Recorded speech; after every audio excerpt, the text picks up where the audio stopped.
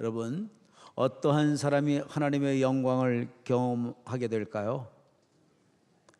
네? 네, 믿는 사람. 네, 아주 여러분들 말씀을 정확하게 잘 보신 것 같습니다. 그렇다면 여러분, 우리 하나님의 영광이라는 말은 무슨 뜻을 갖고 있을까요? 성경 말씀에 보면은 하나님의 영광이라고 하는 단어가 굉장히 많이 나옵니다. 성경에는 단 한 번만 반복해서 나와도 대단한 강조라고 그랬죠. 그런데 하나님의 이 영광이라는 단어가 모두 574번씩이나 나옵니다. 그러니 여러분들 영광이 얼마나 중요한가 깨달을 수 있죠. 그런데 오늘 말씀 가운데서 이 하나님의 영광, 그러니까 우리는 너무 엄청난 것으로 생각이 되죠. 그리고 이것은 하나님께만 속하고 우리 개인에게는, 우리 크리스천들에게는 해당이 되지 않는 것처럼 생각이 되어집니다. 그런데 오늘 말씀 가운데 보면은 분명코 하나님께서는 하나님의 영광을 믿는 개개인 성도들에게 나타내 주시고 보여주시고 역사해 주시기를 원한다고 말씀하고 계세요. 그러니까 하나님의 영광에 대해서 우리는 잘 알아야 될 줄 압니다. 하나님의 영광이라면은, 이 영광이라는 단어는 원어에서 보면은 독사라고 하는 명사인데요, 이것은 어떤 뜻을 갖고 있느냐면은 하나님의 어떤 그 탁월하심, 위대하심, 그 원대하심, 그 광대하심, 그 놀라우심, 이런 것들을 의미합니다. 오늘 이 하나님의 영광을 보리라, 누가? 믿는 자가. 이 말씀을 주셨는데 드디어 하나님의 영광을 보여주신 게 어떠한 일이었습니까? 죽었던 나사로, 죽은 자는 다시 살아날 수 없고 세상 삶으로는 끝난 건데, 그러한 사망한 자, 사망에 이른 자, 죽은 자를 하나님께서는 예수 그리스도를 통해서 살려주십니다. 누구를 통해서, 무엇을 통해서 주님은 역사하시겠다고 하시느냐? 믿음을 통해서 주님은 역사하시겠다고 하시죠. 믿음을 통해서 나타난 하나님의 영광이 죽은 자를 살리신 것이었으니까 하나님의 영광이라면 가히 짐작이 될 겁니다. 하나님의 창조적인 어떤 역사, 홍해가 갈라지는 이런 역사, 죽은 자가 살아나는 역사, 하늘에서 엘리야에게 불이 내려지는 역사, 다 무슨 역사일까요? 하나님의 영광의 역사입니다. 그런데 하나님께서는 이러한 하나님 영광의 역사를 우리에게 주님께서는 경험시켜 주시고 보여주시고 나타내 주시기를 원한다는 거예요. 얼마나 고맙고 얼마나 좋고 얼마나 감사합니까? 정말 이 언약의 말씀, 이 하나님의 마음이 그대로 우리에게 응답되어지기를 축복합니다. 한 분이 세 분 이상에게 그렇게 축복하십시다. 하나님의 영광이 당신에게 넘치게 되기를 원합니다. 하나님의 영광이 당신에게 크게 임하기를 원합니다. 네, 여러분, 출애굽기 33장 18절을 한번 보십시다. 자, 시작. 모세가 이르되 원하건대 주의 무엇을? 영광을 어떻게 해달라고요? 내게 보이소서. 지금 모세는 기도하는 겁니다. 그런데 그 간구의 내용이 무엇이죠? 하나님의 영광을 내게 보여달라는 겁니다. 하나님의 영광을 내가 경험할 수 있게 해달라는 거예요. 하나님의 영광의 역사를 경험하고 누리기를 모세는 원했던 거죠. 그러니까 여러분, 우리들에게도 이러한 역사가 나타나게 되어질 줄 믿으시면 아멘 하십시다. 하나님께서 이 역사를 우리에게 주시기를 원한다는 것 깨달으시면 아멘 하십시다. 하나님은 우리에게 하나님의 이 영광을 베풀어 주시기를 원합니다. 그런데 무엇을 통해 역사하기를 원하시느냐? 믿음을 통해서 하나님은 이 영광이 나타나게 되도록 하셨습니다. 자, 여러분 한번 보십시다.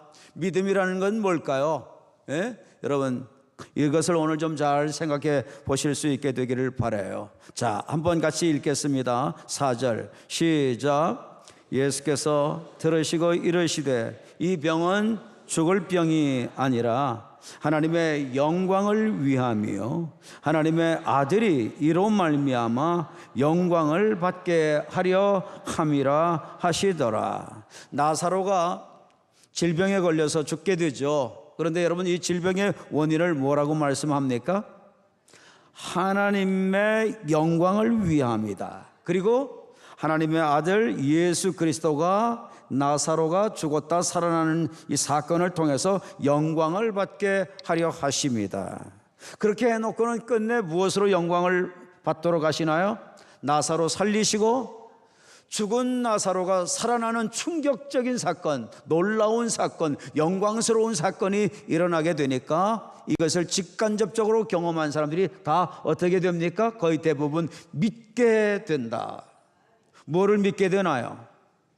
부활의 복음을 믿게 되는 거죠. 하나님 나라 복음을 믿게 되는 거죠. 그래서 예수 그리스도가 바로 복음이시다, 바로 메시아이시다, 바로 구원자이시다, 이것을 믿게 되는 거죠. 그러니까 여러분, 하나님의 영광을 얻는다는 것은 예수 그리스도가 부활의 주님이요 생명의 주님이시요 또한 하나님 나라 복음의 원천 되신 분이심을 믿게 만드는 것, 이게 바로 하나님 영광 주시는 목적임을 깨닫게 되기를 원합니다. 여러분, 이 요한복음 11장을 한번 곰곰이 보십시오.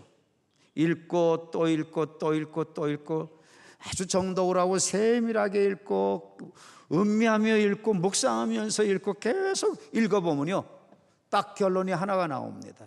뭔 줄 아십니까? 믿음에 대한 겁니다.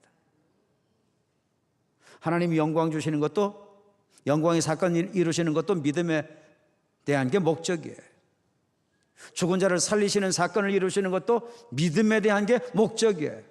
그런데 무슨 믿음, 어떤 믿음을 주님은 갖기를 원하실까요? 예수 그리스도는 죽은 자도 다시 살리시고 하나님 나라로 인도하시는 하나님 나라 복음에 대한 믿음을 갖게 만들기를 원하셨다는 거죠. 누구를 통하여?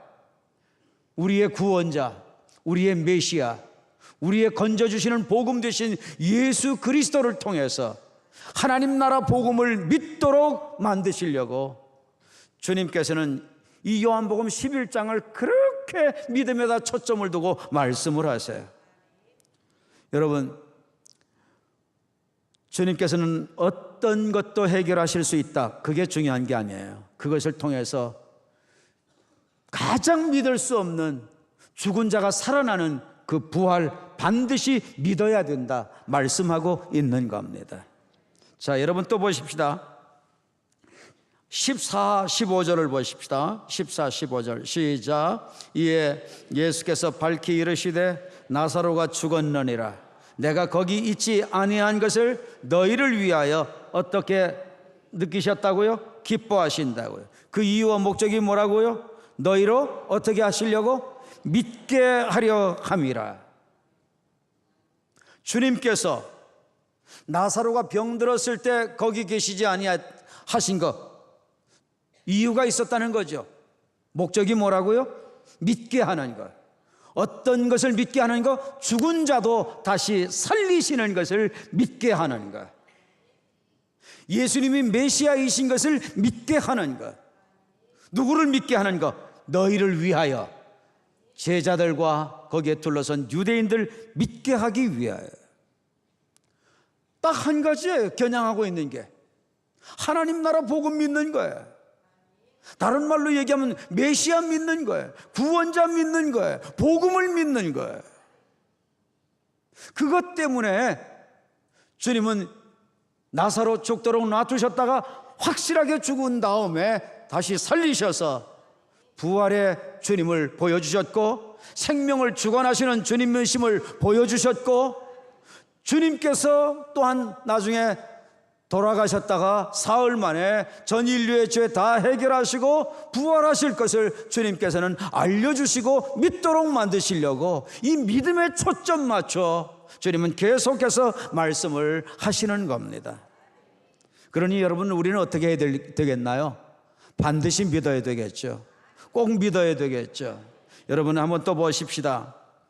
6절을 한번 보실까요? 6절 시작. 나사로가 병들었다 함을 들으시고 그 계시던 곳에 이틀을 더 유하시고. 왜 이틀을 더 유하셨나요? 이틀을 더 유해야지 나사로가 어떻게 되나요? 죽게 됩니다. 그가 죽게 돼야지 나중에 어떤 일을 하실 수 있나요? 하나님의 영광을 보여줄 수 있습니다. 하나님의 영광을 보여주셔야지 어떻게 될 수 있나요? 죽었던 나사로가 다시 살 수 있게 됩니다. 그렇게 돼야 어떻게 되나요? 그래야 부활을 믿게 되는 겁니다. 죽은 자 다시 살리시는 것을 믿게 되는 겁니다. 복음을 믿게 되는 겁니다. 하나님의 전능하심을 믿게 되는 겁니다. 여기에서 우리는 예수님의 심정을 읽을 수 있어야 됩니다. 어떻게든지 하나님 나라 복음, 부활의 복음을 믿게 하시려고 하는구나. 여러분, 그 믿음이 없으면 우리는 신앙생활 제대로 할 수 없게 되고, 그 믿음 없게 되면 우리는 땅의 것만 집중하고 몰두하게 되고, 그 믿음 없으면 하나님 나라 준비하지 못하게 됩니다. 어떻게 해서든지 부활의 복음이 믿어지도록 하려고 하는 우리 예수님의 마음을 여러분들 읽고 느끼실 수 있게 되기를 바랍니다. 7, 8절을 한번 또 보십시다. 7, 8절 시작. 그 후에 제자들에게 이르시되 유대로 다시 가자 하시니 제자들이 말하되 랍비여, 방금도 유대인들이 돌로 치려 하였는데 또 그리로 가시려 하나이까? 왜 유대로 가시려고 하셨을까요? 거기에 가야지 거기에 베다니가 있습니다. 베다니에 가야지 죽은 나사로를 만날 수 있습니다. 그런데 왜 거기에 가는 게 문제가 되나요? 거기서 피신해서 도망 나온 지 얼마 안 됩니다. 거기서 하나님 나라 복음 전하다가 사람들이 돌을 들어서 쳐 죽이려고 하니까, 메시아라고 구세주라고 하니까 죽이려고 하죠. 그래서 아직 때가 되지 않았기 때문에 예수님은 그곳에서 피해 나오셨습니다. 피해 나오셨는데 그런 시각이 도대체 얼마 되지 않는데, 그런데 이 나사로 문제 때문에 가자고 예수님이 하시는 거예요. 우리 여기서 뭐를 읽을 수 있나요? 왜 예수님은 위태로운데도, 죽이려고 하는데도, 사람들이 돌로 치려고 하는데도 왜 굳이 그 유대 땅, 왜 베들레헴으로, 이 베다니로 왜 다시 가려고 하시느냐? 하나님의 영광을 나타내 보여주시기 위해서 가셔야만 했던 거고, 죽은 나사로를 다시 살리기 위해서 가셔야만 했던 겁니다. 자신에게 위태로움이 예상되는데도, 그런데도 가셔야 했던 거예요. 이게 바로 어떤 하나님의 마음, 예수님의 마음 읽을 수 있나요? 어떻게 해서든지 하나님 나라 복음 믿게 하기 위해서 예수님은 위태로움도 무릅쓰고, 죽게 된다는 제자들의 그 불안함, 그것도 아랑곳하지 않고, 한 영혼이라도 더 하나님 나라 복음 믿게 하기 위해서 목숨 걸고 가시는 예수님의 사랑의 열정, 믿음 갖도록 만드시려는 예수님의 그 열정을 우리는 여기서 느낄 수가 있어야 됩니다.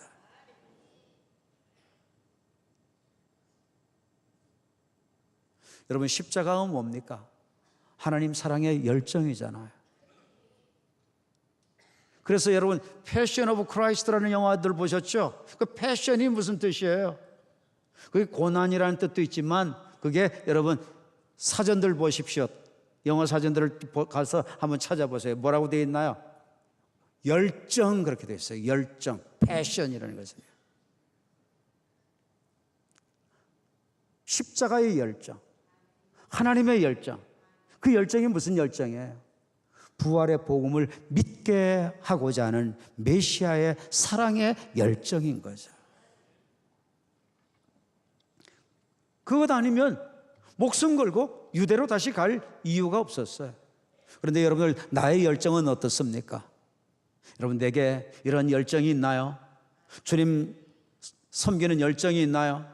하나님 중심의 열정이 있나요? 하나님을 우선하는 열정이 있나요? 복음의 열정이 있나요? 여러분, 내 모습을 들여다 보실 수 있게 되기를 원합니다. 자, 39, 40절을 보십시다. 마리아는 책망을 받습니다. 자, 먼저 40절을 보실까요? 시작. 예수께서 이르시되 내 말이 네가 믿으면 하나님의 영광을 보리라 하지 아니하였느냐? 어디 보니까 예수님께 이 마르다가 책망받는 것 같습니까? 어딜 보니까? 뭘 근거로 해서 보니까 예수님께 이 마르다가 책망받는 것 같아요? 여러분 보십시오. 하나님의 영광을 보리라 하지 아니하였느냐? 주님은 지금 감정을 담아서 마르다에게 꾸중하고 책망하는 거예요. 책망의 이유가 바로 무엇 때문이었죠? 믿음이 없었다는 거예요. 메시아로 믿지를 못했다는 거예요. 죽은 자를 다시 살리시는 하나님 나라 복음을 믿지 못했다는 거예요. 구원의 복음을 믿지 못했다는 거예요. 그 까닭에 이 마르다는 책망을 받습니다. 그리고 자 보십시오. 주님께서 돌을 옮겨 놓으라고 그러죠. 돌을 옮겨 놓으라고 그러니까 마르다가 뭐라고 그러나요? 주여, 죽은 지가 나흘이 되었음에 벌써 냄새가 나나이다. 여기에 어떤 마르다의 믿음이 담겨져 있나요? 마르다는 죽고 냄새 나면 그것은 누구도 살릴 수 없다. 메시아도 살릴 수 없다. 하나님도 살릴 수 없다. 그렇게 생각을 했던 거죠. 그게 은연중에 자기 표현 속에서 나옵니다. 실은 믿음이 있는 것 같은데 이런 표현이 나옵니다. 실은 불신앙이 그 안에 있었던 거죠. 여러분, 예수님께서 오셔서 내 믿음을 보신다면 칭찬하실까요? 책망하실까요? 칭찬받는 믿음 되어지기를 축복합니다. 21, 22절을 보십시다. 자, 시작. 마르다가 예수께 여짜오되 주께서 여기 계셨더라면 내 오라버니가 죽지 아니하였겠나이다. 그러나 나는 이제라도 주께서 무엇이든지 하나님께 구하시는 것을 하나님이 주실 줄을 아나이다. 네, 여기서 아멘은 조금 이따 하시는 게 좋아요. 다 들으시고 하시는 게 좋은데요, 여기서 보면 이 마르다의 이 믿음 어때요? 좋은 것 같죠? 그런데 문제가 있습니다. 칭찬할 믿음 같죠? 그런데 문제가 있어요. 어디에 그 문제가 있을까요? 보십시오. 주께서 여기 계셨더라면 내 오라버니가 죽지 아니하였겠나이다. 어때요? 지금 은근히 마르다는 어떤 마음을 지금 표현하고 있죠? 예수님에 대한 섭섭함, 그것 때문에 불평하는 마음, 원망하는 마음이 여기에 묻어 나오는 것을 우리는 볼 수 있습니다. 여러분, 이것은 바로 뭐에서 나오는 거죠? 불신앙에서 나오는 것임을 확인하게 되죠. 여러분, 우리는 삶 속에서 불평하고 원망하고 사는 때가 있잖아요. 그게 바로 영적으로 어두운 영에게 당하고 쓰러지고 넘어진 모습인 것을 아셔야 됩니다. 왠 줄 아십니까? 그것은 바로 불신앙의 표현이고 불신앙에 나타난 모습이고 증거이기 때문이죠. 자, 그것뿐만이 아닙니다. 여기서 보니까 이 마르다 굉장히 믿음이 좋은 것 같잖아요. 그런데 이 본문에 보십시오. 나는 이제라도 주께서 무엇이든지 하나님께 구하시는 것을 하나님이 주실 줄 아나이다. 믿음 대단히 좋은 것 같죠?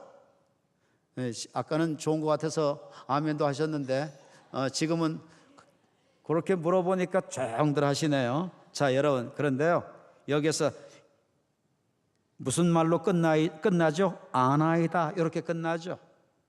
뭐를 아나이다? 구하면 하나님께서는 무엇이든지 다 이루어 주실 줄 아나이다 그랬어요. 믿나이다 그렇게 하지 않고 아나이다 그랬어요. 요 아나이다가 여러분들 원어에서 찾아보면 여기에 어떤 뜻이 있는 줄 아십니까? 오이다라고 하는 동사로요, 이것은 지식적인 알물 얘기합니다. 지식적인 암. 그러니까 행동으로는 옮기지 못하고 머리로는, 이성적으로는 인정하는 거예요. 동의하는 거예요. 그런데 진짜 믿음은 행동이 나와야 되죠. 행동이 나오지 아니한 믿음은 아직은 온전한 믿음이 아니고, 내가 믿는다 입술로는 고백해도 그 믿음은 무슨 믿음이죠? 머리 믿음이고 이성 믿음이고 지식적인 믿음이죠. 진짜 믿음은 갖게 되면 행동이 나오게 되는 겁니다. 우리의 믿음 그렇게 되어지기를 축복합니다. 자, 여러분 23, 24절을 보십시오. 이 마르다는 얼마나 이 믿음이 지식의 믿음에 쪄들어 있는지 몰라요. 자, 아나이다는 얘기를 또 합니다. 자, 보세요. 23절 예수님께서 뭐라고 하시죠? 네 오라비가 다시 살아나리라. 이 다음에 예수님 부활하시는 그 재림하셔서 모두가 다 부활하시는 그때가 아니라 지금 살아날 것을 말씀해요. 그랬더니 마르다가 뭐라고 대답합니까? 다 같이 24절 시작. 마지막 날 부활 때는 다시 살아날 줄을 내가 아나이다. 언제는 살아난다고요? 주님 재림하셔서 부활하게 되는 그때는 살아날 줄 아나이다. 또 지식적인 고백, 입술의 고백만 합니다.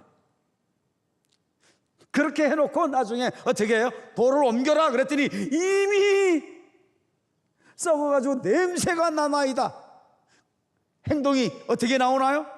최종적인 행동은 믿음 없는 행동으로 나왔습니다. 그러니까 지식적인 믿음과 행동이 따르는, 삶이 따르는 믿음은 차이가 있다는 거예요. 있을 수 있다는 거죠. 자, 그런데 여러분 25, 27절을 보십시다. 예수님은 이러한 마르다에게 계속 무엇을 심어주기를 원하시는지, 마르다의 이 지식적인 신앙을 어떻게 바꿔주기를 원하시는지 한번 보시겠습니다. 25절 시작. 예수께서 이르시되 나는 부활이요 생명이니 나를 믿는 자는 죽어도 살겠고 무릇 살아서 나를 믿는 자는 영원히 죽지 아니하리니 이것을 네가 믿느냐? 이르되 주여 그러하외다. 주는 그리스도시요 세상에 오시는 하나님의 아들이신 줄 내가 믿나이다. 이 말씀에서 보니까 예수님은 마르다에게 계속 뭐를 심어주려고 하죠? 아는 게 아니라 뭐를 심기를 원해요? 믿는 것을 심기를 원해요. 믿는 것. 여러분, 이 믿는다는 것과 아는 것은 차이가 있는데요, 믿나이다 이것은요, 이 믿음이라고 하는 것의 동사 피스티오인데 이것은 저 쉽게 우리들의 용어로 말씀드리면 맡긴다 이겁니다. 맡긴다. 누구에게? 하나님을 전적으로 다 신뢰하고, 전능하신 분으로 신뢰하고, 못할 것이 없는 분으로 신뢰하고, 하나님께 죽은 자도 살릴 수 있다고 하는 것을 다 믿고 내어 맡겨버리는 겁니다. 이게 행동이 나오는 믿음이죠. 하나님은 우리가 이렇게 믿게 되기를 원하시는 거예요. 여러분, 나의 믿음은 행동이 나옵니까? 삶이 좀 나오시나요? 조금 나온다면 다음 주, 한 주 동안은 더 열심히 여러분들 적용하셔서 우리의 믿음이 좀 더 많은 삶으로 경험되어지기를 축복합니다. 주님께서는 죽은 문제만 해결해 주시는 분이 아니세요. 주님은 우리의 구원자이십니다. 우리의 삶 속의 현재적인 문제도 주님은 해결해 주시고 거기에서도 건져주시기를 원합니다. 질병에서도 건져주시기를 원하고요, 문제에서도 건져주시기를 원하고요, 사단의 속박에서도 건져주시기를 원하고요, 사단의 눌림 속에서도 건져주시기를 원하고요, 사망과 같은 삶에서도 건져주시기를 원해요. 나의 믿음이 정말 주님 원하시는 모습으로 바뀌어지게 되기를 축복합니다.